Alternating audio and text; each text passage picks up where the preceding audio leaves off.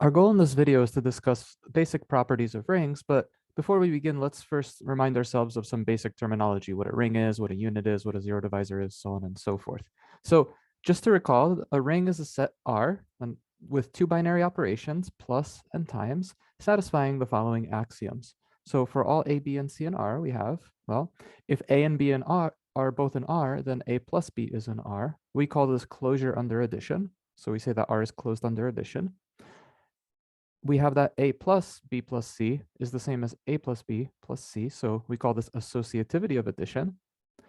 We have that addition is commutative. So A plus B is always equal to B plus A. We have the existence of a special element in R. We'll call it 0 or 0 sub R. We'll refer to it as 0 for short, such that A plus 0 is equal to A and 0 plus A is equal to A for all A in my ring R. We have the existence of what are called additive inverses. So if A is in my ring, I always have a way to get back to 0 through addition. So there exists some element x such that A plus x is equal to 0 and x plus A is equal to 0. Again, we call x the additive inverse of A. We have closure under multiplication. If I take any two elements of my ring and I multiply them, I get an element of my ring. We have associativity of multiplication. So A times BC is the same as AB times C. And finally, we have the distributive laws. We have A times B plus C is A times B plus A times C, and A plus B times C is A times C plus B times C. Okay, so this is our definition of a ring. And we'll call a ring a commutative ring if the multiplication is also commutative. So if A times B is always equal to B times A for all elements of my ring. We call R a ring with identity if there exists an element, we'll call it 1 sub R, and for short, we'll just refer to it as 1, such that A times 1 is always equal to A, and 1 times A is always equal to A. So this acts like the number 1 does in a set of, like, let's say the set of integers.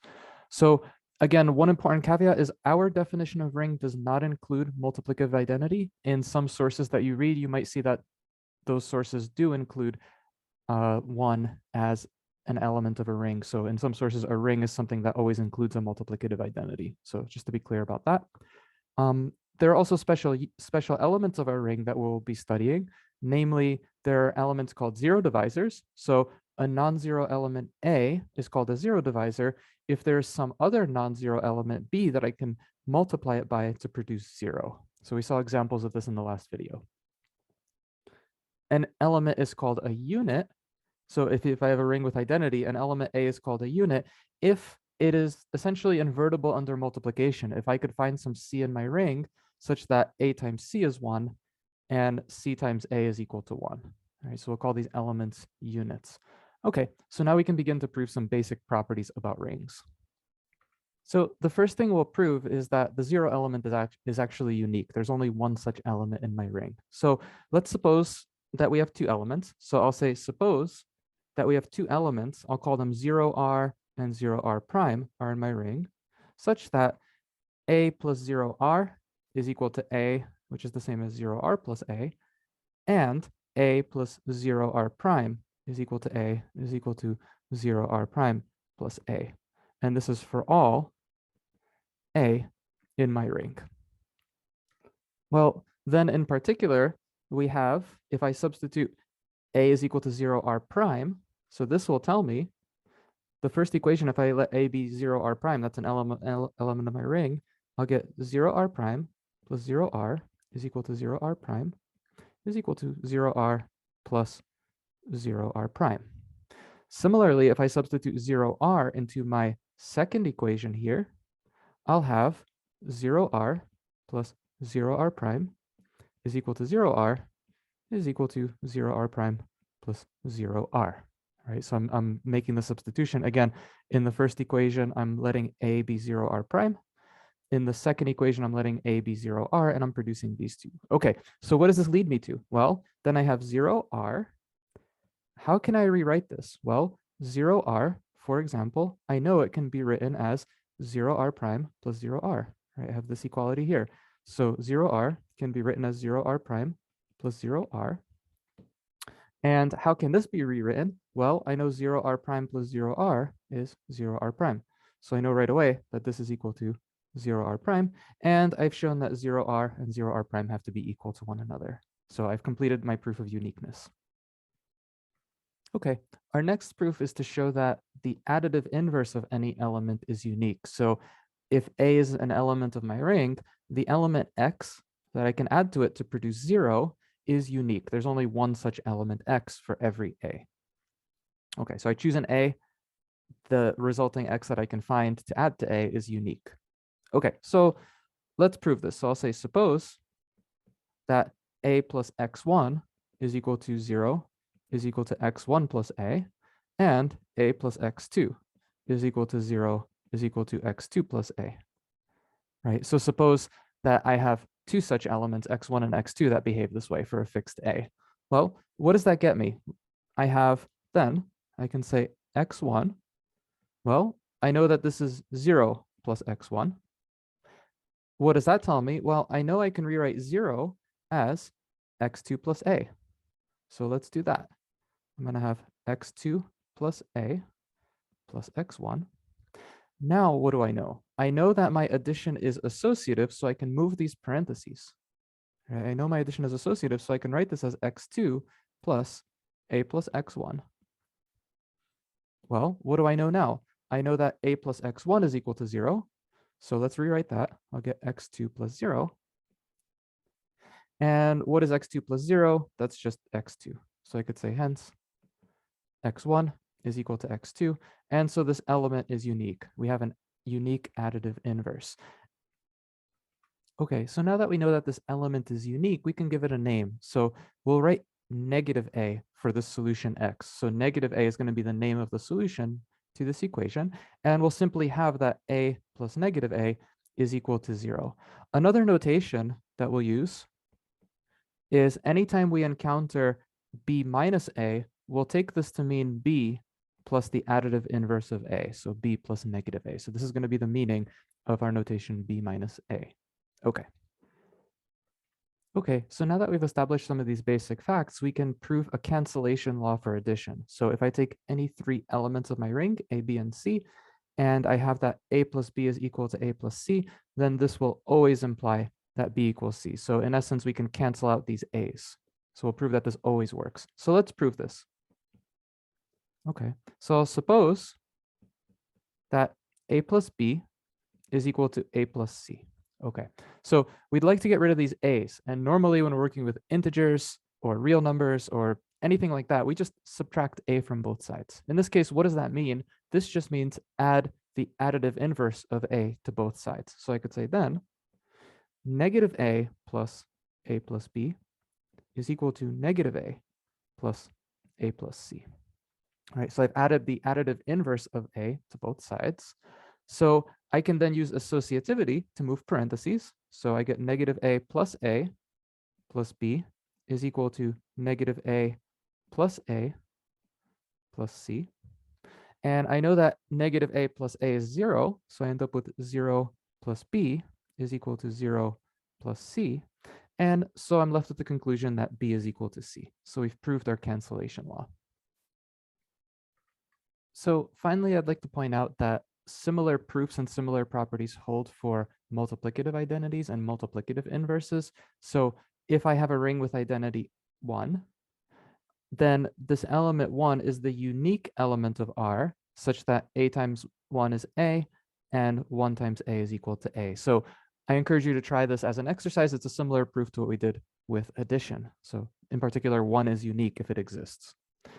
Another property is that if I have an element that's a unit, so remember this is an element that's invertible under multiplication, then the inverse of A is also unique. So if A times U is 1 and U times A is equal to 1, then U is unique. So we're going to set up a notation. If A is a unit, we'll call its multiplicative inverse A to the minus 1. We'll call it A inverse. Okay, so this is our notation. And the proofs of these I'll leave as exercises because they're pretty much identical to the proofs we just did, and they're good practice with some of these ideas. Okay, so now we're ready to prove some basic properties of arithmetic, and they're properties that you normally expect. So for example, in any ring, A times 0 is equal to 0, and 0 times A is equal to 0. So this is something you would expect. Another property is that a times negative b is equal to negative ab. So what is this saying? This is saying that a times the additive inverse of b is equal to the additive inverse of ab. And similarly, we have another property like that here. So negative a times b is also negative ab. We have the property that negative negative a is equal to a. So this is saying the additive inverse of the additive inverse of a is equal to a. We have negative a plus b is negative a plus negative b. So this is saying that the additive inverse of a plus b is the additive inverse of a plus the additive inverse of b. Right? And similarly for other statements, we also have that if our ring has identity, then the additive inverse of that identity times a is equal to negative a. So it's equal to the additive inverse of a. So it's saying negative 1 times a is equal to negative a. So these are properties you would expect to hold, but since they're not axioms, since we're not assuming that they're true, we have to prove that they actually hold. So we have to prove that arithmetic works how it does using only the axioms of our ring. So we have to use our assumptions to prove that everything works how it's supposed to. Okay, so let's start with property 1. So I'll prove the first half of property 1. I'll leave the second half as an exercise because the proof is similar. So I'm going to write a times 0r. And what do I know about 0r? Well, I can write 0r as 0r plus 0r, right? 0 can be written as 0 plus 0. Then what do I have? I have a distributive law. My distributive law tells me I could write this as a times 0 plus a times 0. Okay, so I have a times 0 is equal to a times 0 plus a times 0.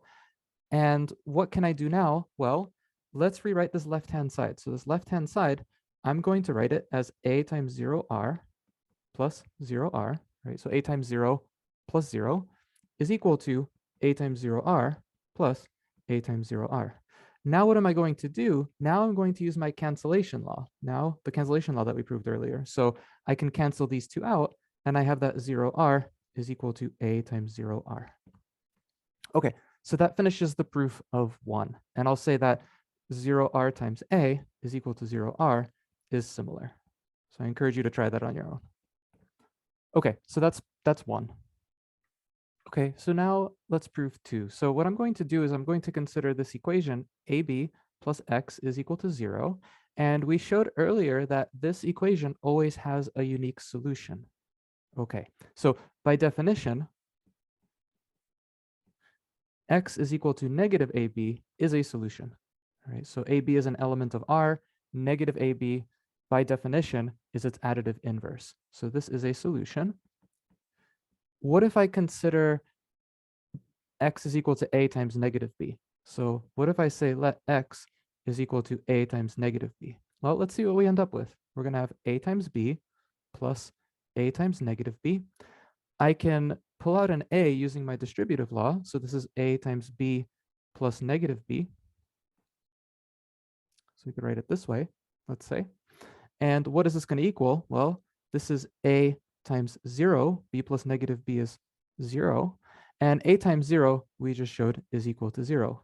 So we have that x is equal to a times negative b is also a solution.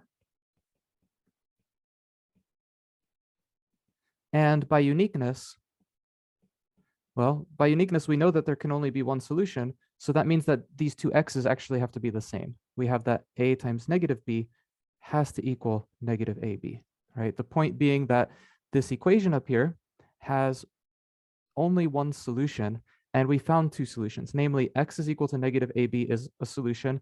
By definition, it's the additive inverse of ab, and we've shown that x is equal to a times negative b is also a solution, right? So I have two solutions, therefore, by uniqueness, they have to be the same, because we know there's only one solution. I'll note here that the proof of negative a times b is equal to negative ab is very similar. Just use x is equal to, over here in this step, use x is equal to negative a times b. Okay, so part 3 is similar. We're going to use the uniqueness of additive inverses to prove part 3. So I'm going to consider the equation negative a plus x is equal to 0r. And so what's the additive inverse of negative a? Well, it's an object we would call negative negative a. So by definition, we know that x is equal to the additive inverse of negative a is a solution. Well, what else do we know? We also know that negative a plus a is equal to 0, since negative a is the additive inverse of a. So x equal to a is also a solution. Well, by uniqueness, we have that a and negative a must be the same, right? Again, the point being that this equation has a unique solution x, and I've produced two solutions. I've produced this solution. By definition, the additive inverse of negative a is a solution. And we also know that x equal to a is a solution. Okay, so that's how we show that a is equal to negative a. Okay, and we'll prove 4 now. So again, the setup is the same as 2 and 3. We're going to consider an equation of the form a plus b plus x is equal to 0. And we know that this has a unique solution. And by definition, that unique solution is the additive inverse of a plus b. So we'll call it negative a plus b. Okay, let's try to see if plugging in negative a plus negative b is also a solution. So if I consider a plus b plus negative a plus negative b, well, what am I looking at here? I'm looking at a plus b plus negative a plus negative b. All right, I'm trying to avoid using too many parentheses. And what does that leave me with? Well, this is a plus b plus. I know addition is commutative, so I'm going to swap the negative a and the negative b. So this is negative b plus negative a. And I know addition is associative, so I can move my parentheses inside. So I'll write this as a plus b plus negative b plus negative a. What does that leave me with? Well, this leaves me with a plus 0 plus negative a, which leaves me with a plus negative a, which leaves me with 0. So what do I have? We have that x is equal to negative a plus negative b is also a solution. So by uniqueness, it has to equal negative a plus b. So by uniqueness, we have that negative a plus b must equal negative a plus negative b. Okay. I'll comment that the proofs of 5 and 6 are similar. We can use the same exact ideas to prove 5 and 6, but we can also use properties 1 through 4 to prove 5 and 6. So I'll leave those as exercises to try. Okay, and a word on notation that we'll be using. So a lot of times it's kind of cumbersome to write an expression like a plus a plus a plus a. It makes more sense to maybe call that 4a. So we're going to define this notation where if n is an integer and it's positive, and a is an element of my ring, then we'll define na to be just a plus a plus a n times, right? So if I write an expression, for example, like 3a, this will just be a plus a plus a, right? So this will be our shorthand. If n is equal to 0, then 0a will just be the 0 element. And if n is less than 0, then n times a will just be negative a plus negative a, so on and so forth, plus negative a. And we'll have absolute value of n occurrences here. Right? So just as a quick example, if I encounter something like negative 4a, we'll interpret this to be negative a plus negative a plus negative a plus negative a. Okay, so if I ever see an integer times an element of a ring, this will be our interpretation. We'll also do something similar for multiplication. So if n is a positive integer and a is an element of my ring, I'll define a to the n to just mean a times a times a, so on and so forth, n times. So if I see an element like a cubed, what this is going to be shorthand for is just a times a times a. So this is going to be our shorthand. If the ring has identity, so if 1 is an element of my ring, I have a ring with identity, I can define a to the 0 to be 1. If my ring doesn't have identity, then a to the 0 is not a notation that makes sense in this context. And finally, if a and r is a unit, so assuming that the ring has identity as well, well, what does that mean? That means a inverse exists. And we can define a notation like a to the negative n, if n is a positive integer. So we'll just say that this is a to the minus 1 times a to the minus 1 times so on and so forth times a to the minus 1. whoops, a to the minus 1 n times. So if we run into something like a to the minus 4, this will just be a inverse times a inverse times a inverse times a inverse. Okay, so this is the notation we'll establish now. Okay, so now we'll prove some basic facts about integral domains and about fields. So just as a reminder, an integral domain is a commutative ring, R, with identity element 1. So it's a commutative ring with identity, which has no zero divisors. So as a reminder of what that property means, that property simply states that if a times b is equal to 0, then a is equal to 0 or b is equal to 0. So the only way we can produce 0 via multiplication is by somehow multiplying by 0. So we saw in our examples in the last video that the integers are an integral domain, but that z mod 6 is not an integral domain. So just as a reminder, in z mod 6, we have 2 times 3 is 0, but 2 is non-zero and 3 is non-zero. So z mod 6 is not an integral domain. Okay, so let's prove some basic properties. And the first thing that we're actually going to prove is a cancellation law for multiplication. So we're going to assume that R is an integral domain, that A, B, and C are in R, and that A is non-zero. The cancellation law says that if A times B is equal to A times C, then B is equal to C. So this essentially allows us to cancel any non-zero element. And now this is interesting because we're not assuming the element A is a unit. We're not assuming it's invertible under multiplication, but we still have a cancellation law. So let's prove this.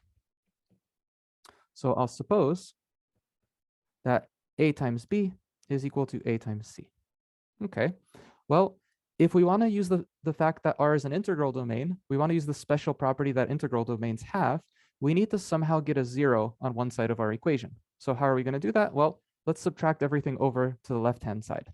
So I could write this as then A times B minus A times C is equal to 0. Okay, well, let's rewrite this as a product. I'm going to use the distributive law to rewrite this as A times B minus C is equal to 0. Great.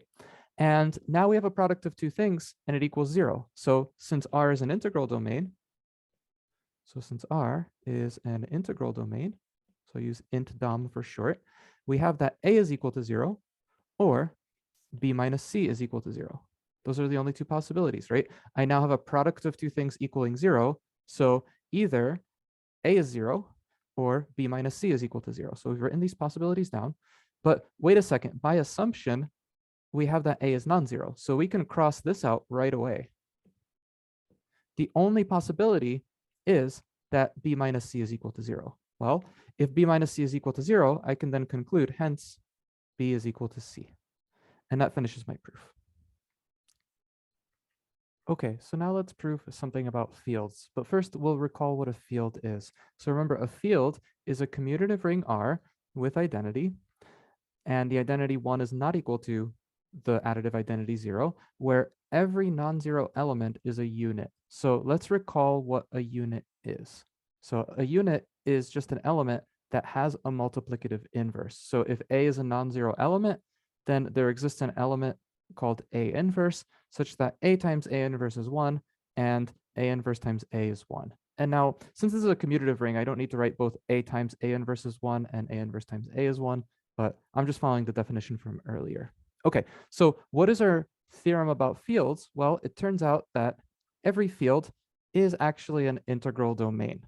Okay, so let's prove that. So I want to show that if R is a field, then R has no zero divisors. So let's prove this. So I'll suppose that A and B are in R and that A times B is equal to 0. Okay, so what is my goal? My goal is to show that either A must be 0 or B must be 0. Well, let's think about this. If A is 0, then we're done. There's nothing to show. So we have to operate under the assumption that A is non-zero and show that B is 0. So if A is non-zero, then there exists an element A inverse in my ring such that A inverse times A is equal to 1. Okay, well, where can we go with this? Well, if I look at A times B is equal to 0, I can multiply both sides by A inverse. I could say A inverse times A times B is equal to A inverse times 0. Where does this lead me? Well, this leads me to A inverse times A. I'll use associativity of multiplication. And I know that on the right-hand side, I get 0. I've already shown that any ring element times 0 is 0. So I have this. I know that A inverse times A is 1. So I'm going to get 1 times B is equal to 0. And I'm led to the conclusion that B is equal to 0. Okay, so I've shown that if A times B is 0, either A is 0, in which case there's nothing to show, or if A happens to be non-zero, I'm forced to conclude that B must be 0. So I've shown that R must be an integral domain. Any field is an integral domain. One thing that I want to point out is that the converse is false. The converse is false. So the integers are an integral domain, but Z is not a field. Right? The reason being is an element like 2 is not a unit, right? 2 is a non-zero integer, but there's no integer I can multiply 2 by to get back to 1. So the converse is false. Z is an integral domain. The integers are an integral domain, but Z is not a field. Okay, there is one special case where the converse of this theorem is true, and we'll explore that now.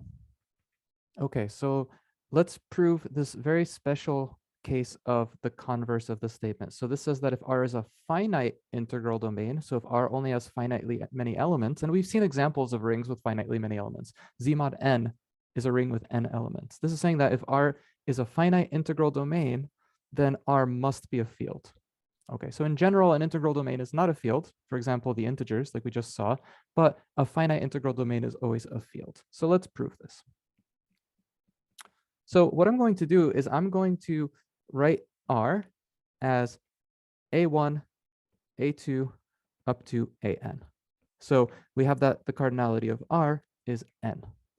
And I'm going to take an element, I'll call it AI in R, such that AI is non-zero.